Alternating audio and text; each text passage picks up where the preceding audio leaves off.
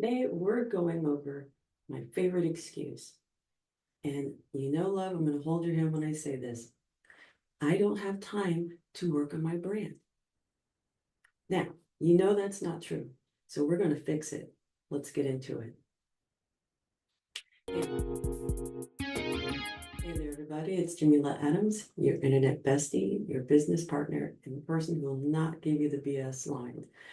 As you know, I'm the host of Jameela Adams Experience, and today we're talking about an excuse that floats around like paper airplanes. Basically, I don't have time to work on my brand voice or my business voice.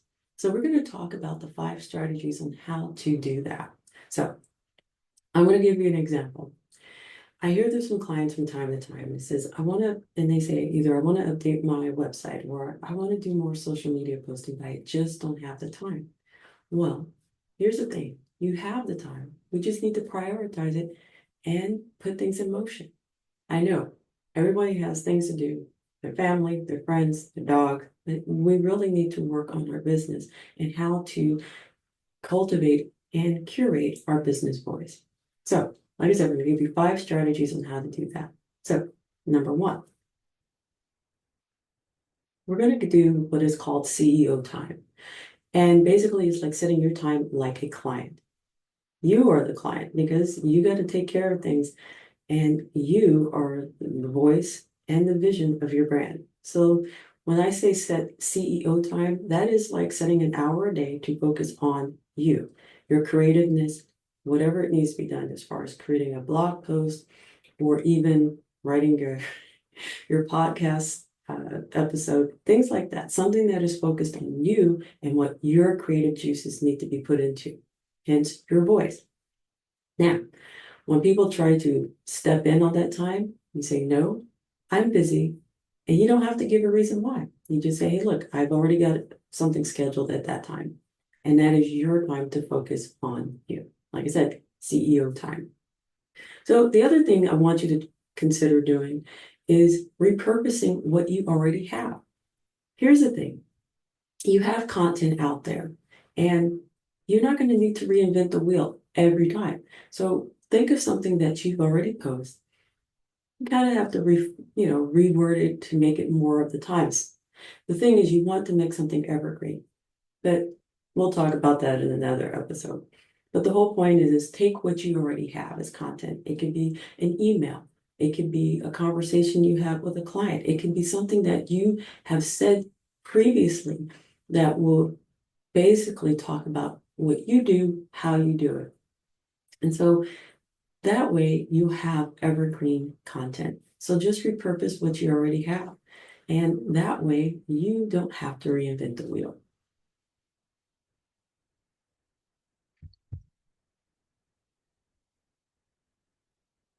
The third thing I would like for you to do, because I have to do this myself, so I'm not putting this just all on you. I'm holding your hand as we walk through this. So that other thing we need to do is automate and delegate. And here's the thing, you're not a machine. You don't need to do everything yourself. Set up automations in your scheduling, your emails, postings, payments, all that. So that way it's one less thing you have to worry about and you can focus on building your brand voice or your business voice. So it'll save you that time I guess you could say, refocus on your automation and also to delegate. I build websites for my clients and I try to make the process as easy for them as possible. That way, all the things are taken care of, but they don't have to worry about it. Everything is automated. So that way they can focus on their message, not the maintenance. So the next thing you want to do is turn your conversations into content. And what I mean by that is you say smart things every day. Every day you're capturing what you have to do. So write it down, jot down or use a voice recorder in a conversation. Of course, you want to make sure the person knows that you're talking, that you're recording. But the whole point is that listen to what you say and how you talk about certain procedures with your client. And there you have content to post either on your website or even in your social media posts. So like I said, turn your conversations into content. So the next thing, number 5, Align your voice with your daily work. So here's the big secret. It's not a project, it's a practice. So what it means is like showing up for the little things, how you write your emails, how you write your captions, even your invoices. I put little notes on my invoices so that way each individual client is something special from me. And when your client reads it, they know that it should feel like you. It should sound like you, not just some robot. So when you build your brand consistency without spending the extra time, you're already doing the work. And now it's more intentional. So here's the other thing I want you to remember. I have clients who tell me, I like my website, but it doesn't feel like me. Or I like it, but there's something about it that just is a little miss. So what I suggest you do is go through your emails, go through your conversations with people, and like put that idea of how you talk to them into your website.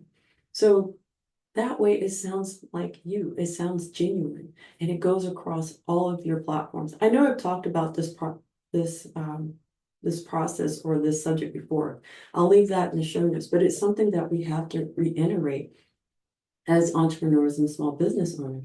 I want you to feel comfortable talking about who you are, how you do things, and how you can reach out to clients. So that way you can be genuine, you can be authentic. The whole purpose of this is being your authentic self and showing your authentic voice.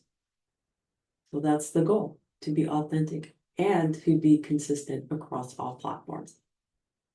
So as we go through this process of talking about our brand voice, here's some things I want you to consider. Stop chasing time and start creating it. Your future clients are waiting for you, or I should say, waiting to hear from you. If you're too busy for them because you're doing the busy work, you're going to be missing out. So I hope this message helps. So here's the thing. I always give you the challenge. I want you to make the time for you. And I know I've probably said this before, but I really want you to focus on making time for yourself. Do the CEO method. Make a meeting for yourself. That way you can spend time working on what your brand or your business voice is. So that way, when you talk with others, they know it's consistently you. So that is my challenge. Make that time. Do the CEO method and see how it works for you. And let's talk about it in the comments below. I really want to hear from you. Also, if this episode is hit home, share it with an entrepreneur who's going through it and needs that encouragement and inspiration or that little upside the head to push them forward. And so until next week, I want you to be inspired, be inspiring, be encouraged, be encouraging. But most of all, I want you to be you, and I'll check you out next week. Take care.